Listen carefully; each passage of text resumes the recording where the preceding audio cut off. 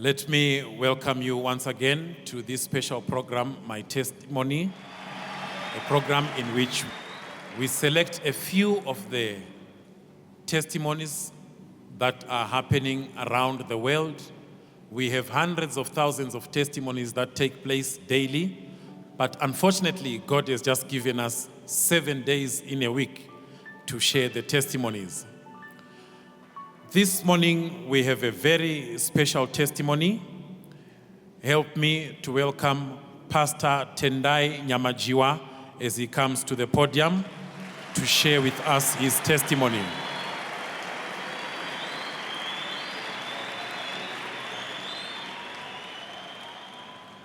Welcome, men of God. Please be seated. Pastor Nyamajiwa went through a very trying time in his life recently. He was involved in a car deal that went sour, and he ended up losing a customer's money, and that got him imprisoned. Now, what then happened after he was imprisoned is shocking, to say the least, people of God. We would like to give him this opportunity just to share with us, maybe briefly, what had happened to you, men of God, and what then transpired after that. Prior to me getting into prison, I was involved in a nasty car deal, which saw me getting into prison subsequently.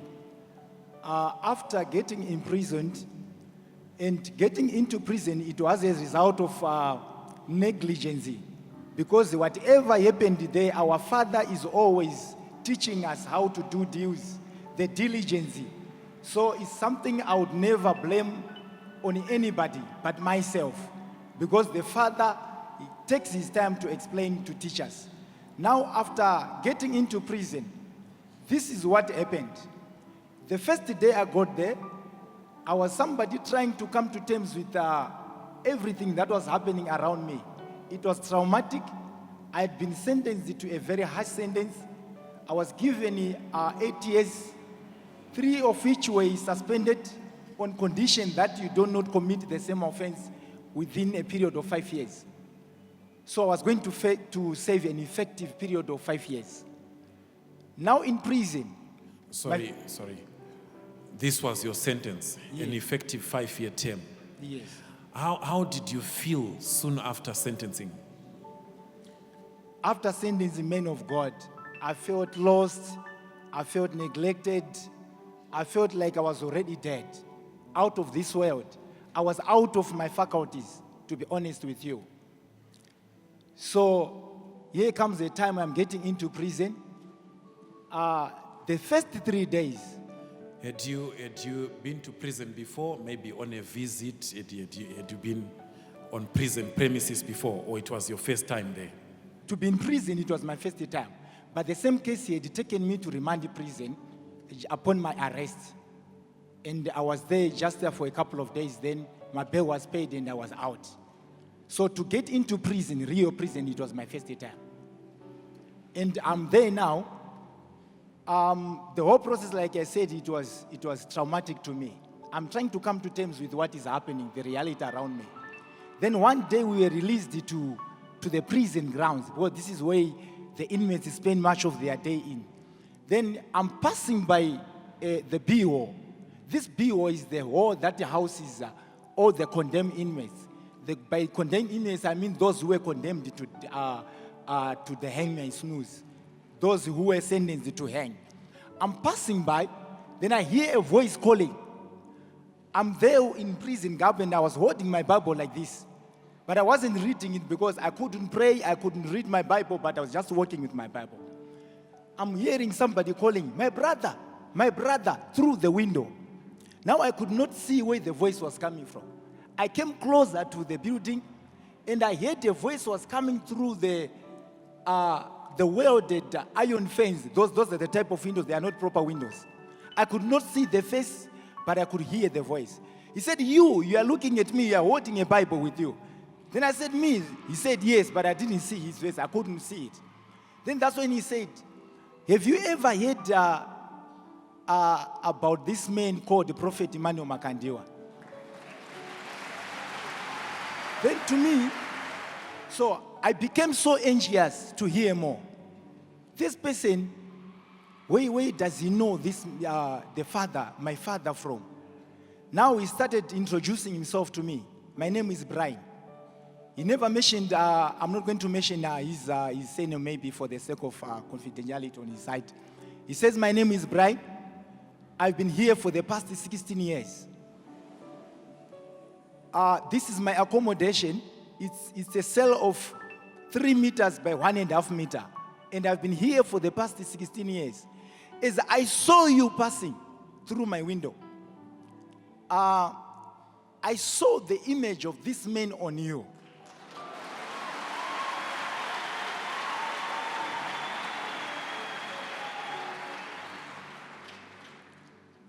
To me, upon hearing that, remember I said I was in a very devastating state. Then I could raise my head up high like this. I wanted to hear more. I can see you are in a state of stress, confusion. My brother, this is how he said in the vernacular. Mawana no pera. So,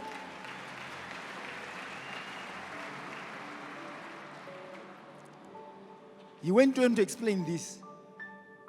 I asked him, where do you know this man from?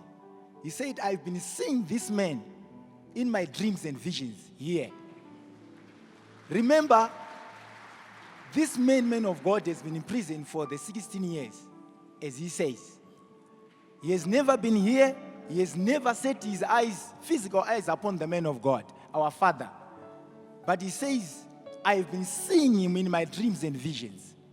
He's in prison after committing a heinous act of first-degree murder, which subsequently resulted in him being given a conviction and a sentence to hang. So after that, he started explaining his story, how he committed the offense.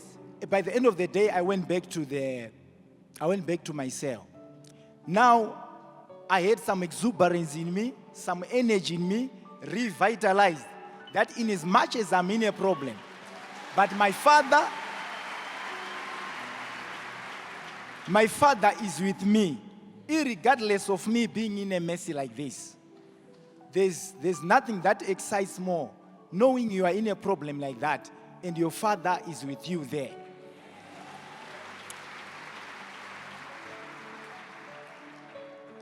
Now, men of God, as days were rolling, I'm still in prison. My father here and there, he was showing himself to my life and reminding me through performing certain special miracles that I'm with you, my son. Then came this other day. There was no food, naturally, in prison. There was no food. The food was scarce there. People were suffering. There was hunger. And some were dying of different ailments, diseases. And it so happened this other day that we had peas shells. There was no meal for the inmates. We had peas shells. That was the meal which was available that day. We were told the peas shells were... Sorry, you mean pea shells, not the peas, but the shells. Yeah, not the peas, but the shells. In the vernacular, mapande, adisi peas. Mateko kana mapande, whichever way you would want to express it. But these are pea shells. For your relish. Yeah, this was for a relish for that particular day. We are supposed to be having 3 meals. You are supposed to have 3 meals. According to their books, that's what they say. Breakfast in the morning, lunch, and supper around 3 o'clock in the afternoon. But we only had 1 meal that particular day with peas shells, men of God. And as I took my portion, remember these shells were just boiled, and right there in prison, they don't give you much salt. They only put a pinch just for you maybe to taste, to sort of assume that they were salt. It's a policy for a certain reason, particular reason. Now, as I tried to have my meal, men of God, I failed it too. The test, I almost vomited. Then I could not eat it. I left it there. Then after that, it was 3 o'clock in the afternoon. Both that's the time they are returned back to their cells. So we went back into our cell. As I was in my cell, we waited for the following day. The following day came. Remember, I had not had any meal that particular day because I failed to eat the peace shells. Not only me, but with other inmates as well. The following day, there was absolutely nothing to take in our bellies within the prison complex. We waited up until it was late and there was nothing coming our way. Everybody was busy looking at the kitchen place like this, expecting something would come, but there was absolutely nothing for us to eat that day. That was the second day. And 3 o'clock came once again, and it was time for us to go back into our particular cells. We went back into our cells, and because hunger was crippling in, there was a somber mood within the entire prison complex. Nobody was talking to each other. Everybody was minding his business. That is an empty tummy. As we were in the prison cell, round about an hour or 1.5 hours after we were locked inside, where I was seated, that's my place where I used it to sleep. I smelled a certain type of perfume.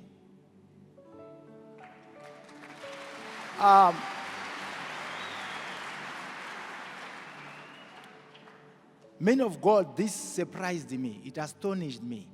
Because the first thing, if you are in prison, you are not allowed to use anything perfumed. Be it the soap you use. For those who have visited their relatives who are in incarceration, I think you can agree with me that the only soap you can take there with you is that green bar soap, which is not perfumes. That's the one. That's the one you use for bathing. That's the one you use for your laundry as well.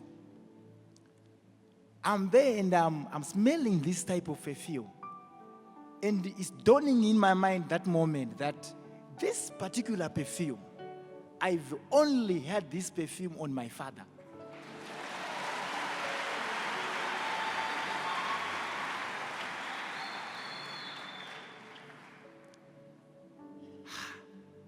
Not even a bathing soap, dear brothers, is allowed there. The likes of geisha, any perfumed soap you may talk about. There is no prison officer that I can maybe even assume that this perfume is maybe put on by this prison officer who is close by me. All the prison officers are outside and they are right there in our cells. So there is nobody I would maybe assume that he's the one releasing this perfume. Then I recognized that this perfume, I used it to smell this on my father as he passed by ministering in the service. As I was trying to make sense out of this, eventually, from nowhere, my father appeared.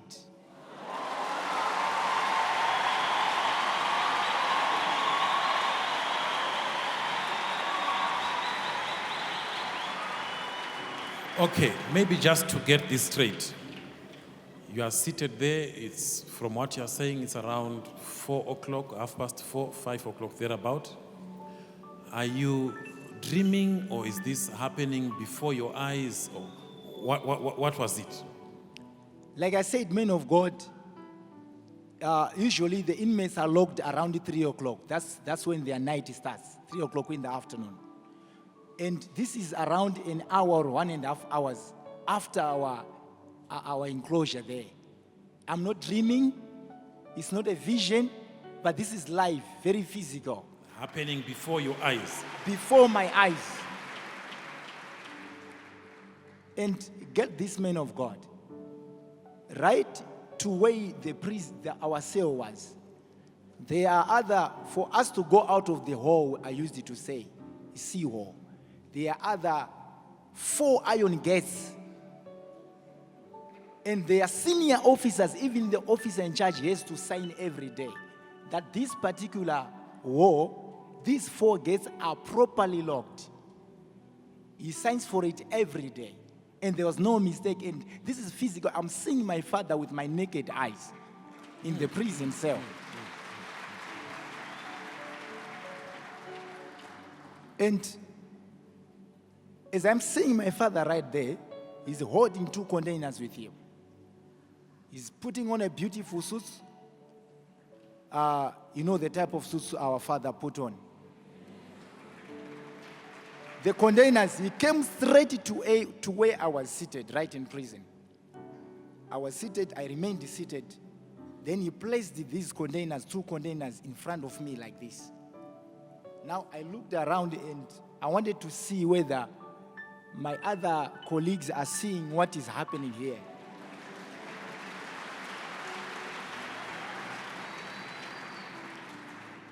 And I realized, the men of God, as I looked at their particular faces, to my left and to my right, and those who were in front of me, nobody was seeing anything. And my father dropped these containers before me, and he remained standing there. He never uttered a word. This is happening in broad day, dear brothers.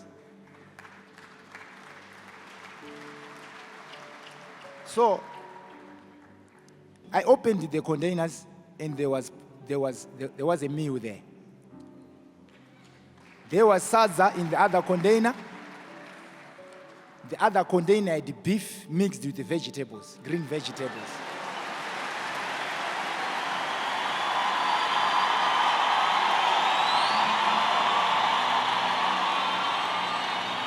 And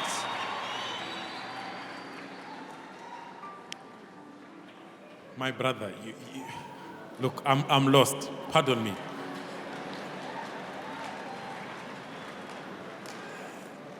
When you opened, you could actually, before you even touched it, you could actually smell the salsa. I could smell it, men of God. And you could smell this beef stew. Not only smell, there were even some spices there, and I could smell the spices in the meal.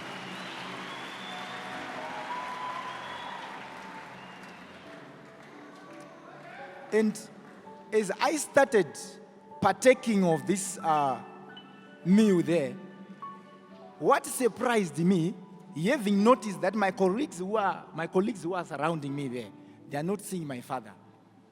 But they managed to see the meal which was presented before me.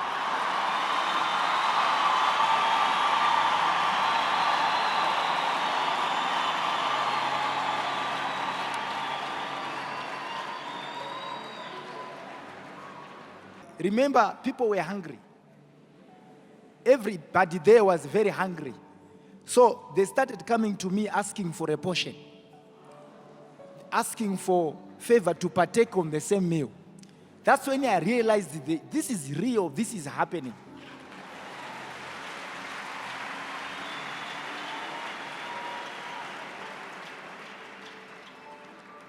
So whoever came, I gave everybody a portion. Approximately how many people did you share the food with? There were more than 10 men of God.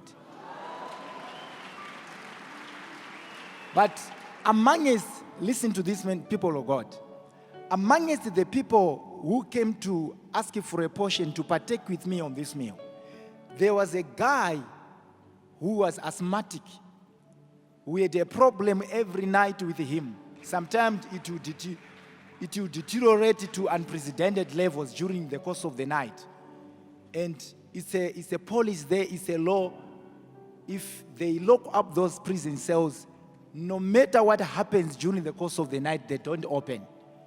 If you die there up until past 8 tomorrow. That's when they come to open for you. So we would always have a problem with this guy almost every night. He was asthmatic. So we knew at a particular point every evening, every night, we have to wake up trying to help our brother. He's one of the people who came to partake on this meal. And from that day, men of God,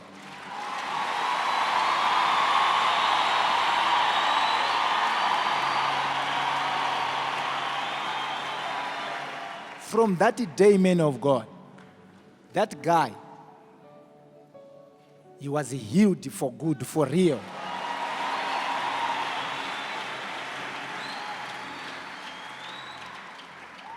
And what surprised me is the amount of faith he developed from that moment. Because the following 2 days after, there is a certain gadget that asthmatic people use. I think doctors know the inhaler. Thank you, man of God. You used it to stay with inhaler with him anytime. And after 2 days, he realized I'm no longer asthmatic. And to show up his faith, he retained the inhaler to the prison hospital. And he stopped taking medication from there. Up to the day I left the prison, that guy was healed and he never showed any sign of asthma after that incident.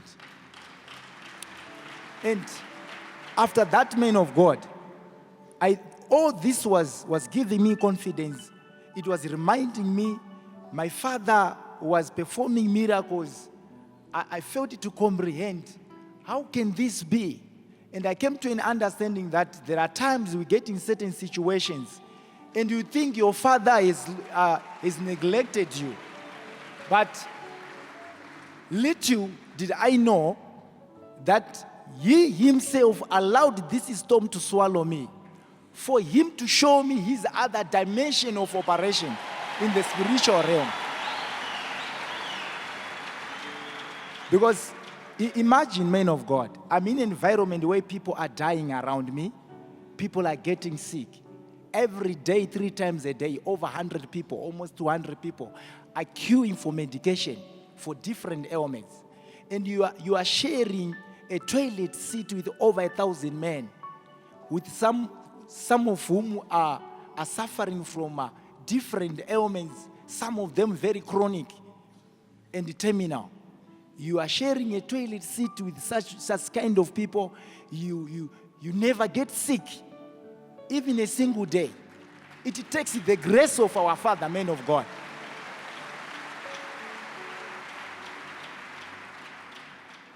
Sorry, but did you explain to the other inmates that the source of the food?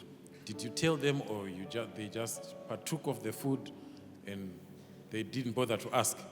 Some of the guys, they thought that I'd received some food during the day from a relative out there. But there are guys who were so much close, who used it to have our prayers, routine prayers. They asked me, we were with you the entire day in the prison grounds. And there's never a moment when your name was called for a visit. Where did you get this food from? Then I started explaining. But I knew this incident, it was never going to make sense to them. Up to now, they are still surprised. But what surprised me, days after this, I went to, the prison chaplain came to me. He said, I want to take you to the B hall. This is where the condemned inmates, those are waiting to hang, this is where they are housed. I went there with the chaplain. So this guy, Brian, who was calling me this other day, this was the first day I was going to see him face to face. Now, as we meet physically with this gentleman, we hugged each other. We started sharing experiences. He told me his story. Then he was explaining this issue in detail, how he used to see my father. So this is how it goes. He says, I started by seeing him in my dreams and visions. But there's a day when I got an opportunity to receive a newspaper from a certain prison officer here. And I saw him. I saw his photograph in a newspaper. And I could tell this is the man I used to see in my dreams and in my visions. So, this is what I exactly said to him. My brother, I cannot tell what exactly it is and the reason why you are seeing such a man of that spiritual magnitude. When you are in such a place, you're waiting to hang, you don't know your fate, and I don't know why. But what I can assure you, that did not happen for nothing. I assure you, expect something is cooking for you. And tell you what, after that, I explained the grace of my father to him, and He began, and the rate at which he was comprehending it, man of God, I tell you, it was astonishing. It was surprising to me. And from that day, I just said it to them. There were 89 of them. After talking to them, I said to them, gentlemen, what I can tell you, the grace upon my father, the grace that covers me here, the same grace is going to do you great here. I don't know what it is, but the same grace expected something. And you will believe with me, most of you who follow the local media, you have seen the Minister of Justice recently is advocating for the removal of corporal punishment or a death sentence within the legal system. And how does that happen, men of God? After somebody who is the same class has had an experience of seeing the man of God in his dreams and visions. And today, a minister responsible for the justice ministry is advocating for the. To me, I don't take that lightly. I don't take that lightly.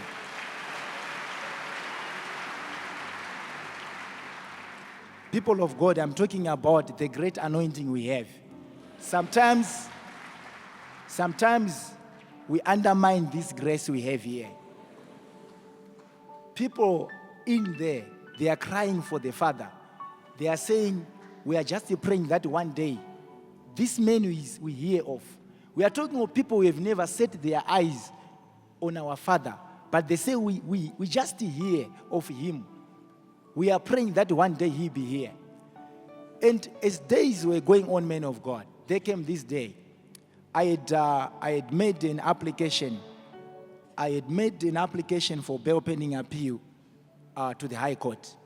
But whilst all this was happening, your application had been lodged with the High Court. Did you get any spiritual confirmation before? Did you have a dream, or did you have a vision, or it was just silence? Men of God, this is what happened. A certain officer who is within the team we used to go out to preach with, he came to me. He called my name. Then he said, I had this strange dream. This is a prison officer. When I'm out there, he works with the chaplaincy. When I'm out there, I don't go to UFI. That's not where I go. He goes to a different church elsewhere. He comes to me, he says, I want you to understand one thing. I don't usually do this. But in this particular instance, I'm feeling the eager to tell you. I'm feeling the urge in me to tell you this. I don't usually do it. I had this strange dream. He says to me, I saw Prophet Makandiwa in a dream. I just know him as a man of God out there. I've never attended any one of his services. I've never been to UFI. But it's strange, I saw him in a dream as I was sleeping. This is what he says to me. In 2 days' time, I'm coming to take my son from there.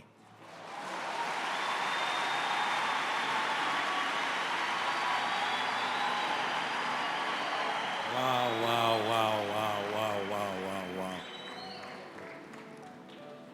That's what he says to me. And as I'm listening to what he was saying, then he went on to ask me a question. Because even himself, he did not understand it. He says, because I'm talking this to you because I heard you were saying you're a member of UFI. You are a member of UFI when you're out there. Then I said, yes. Then I said to him, watch his space. If he says 2 days, just watch his space.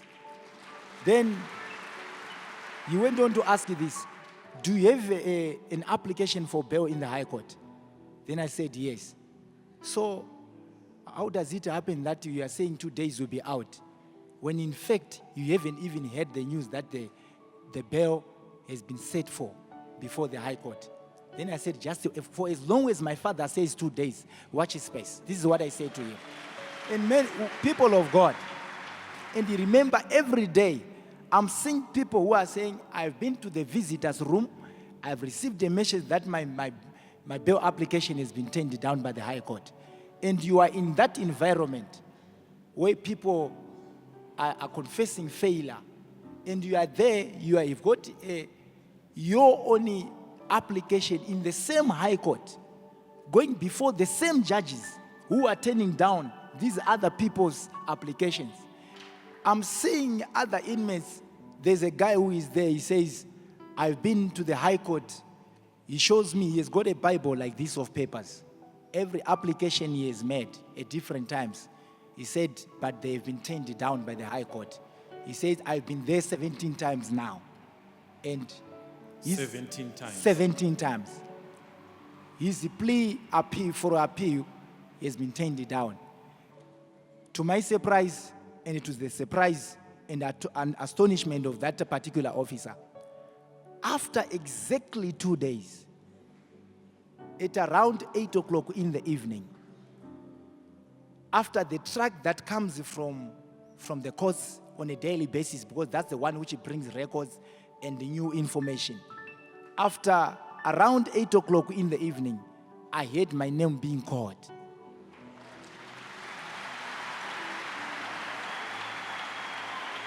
So, for me,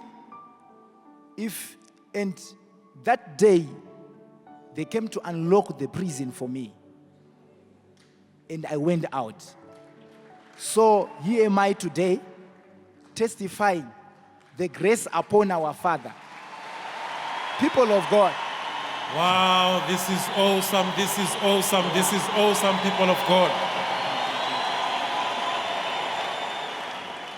So for me, people of God, let me say this. If I hear or meet anybody criticizing my father, to me,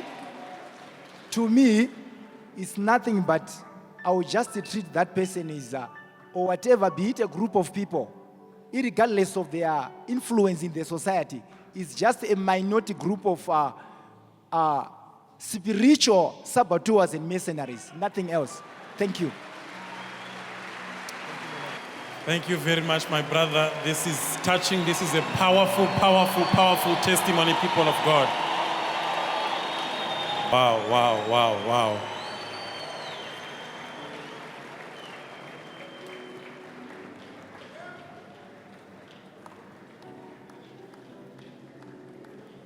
People of God, we may think we have a man in our midst, but what we have is a spirit, an angel of the Lord. How do you explain this? In your hour of need, you are hungry. He was not fasting. He is hungry. 48 hours, no food. And then the man of God turns up with sadza and beef stew. And you are able to partake and to give your neighbors.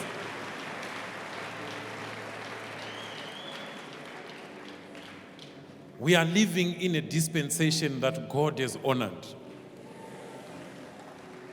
And what inspires me about every testimony, if it can happen to him in his hour of need, it will happen to you in your hour of need. It will happen to me in my hour of need. Whatever it is that you desire. You know, what touched me about this testimony is the statement that he felt abandoned at one point. He questioned himself, where is the anointing of my father? Only for his father to turn up and show him a higher spiritual dimension. That you are looking for me in the flesh, but there are other dimensions that I operate from. Other dimensions much higher than this fleshly dimension that you are looking at. May such a dimension come to affect your life. May such the dimension come to transform your life. Whatever it is that you are believing God for, whatever it is that you are going through, the Spirit of our Father will surely turn up to transform it.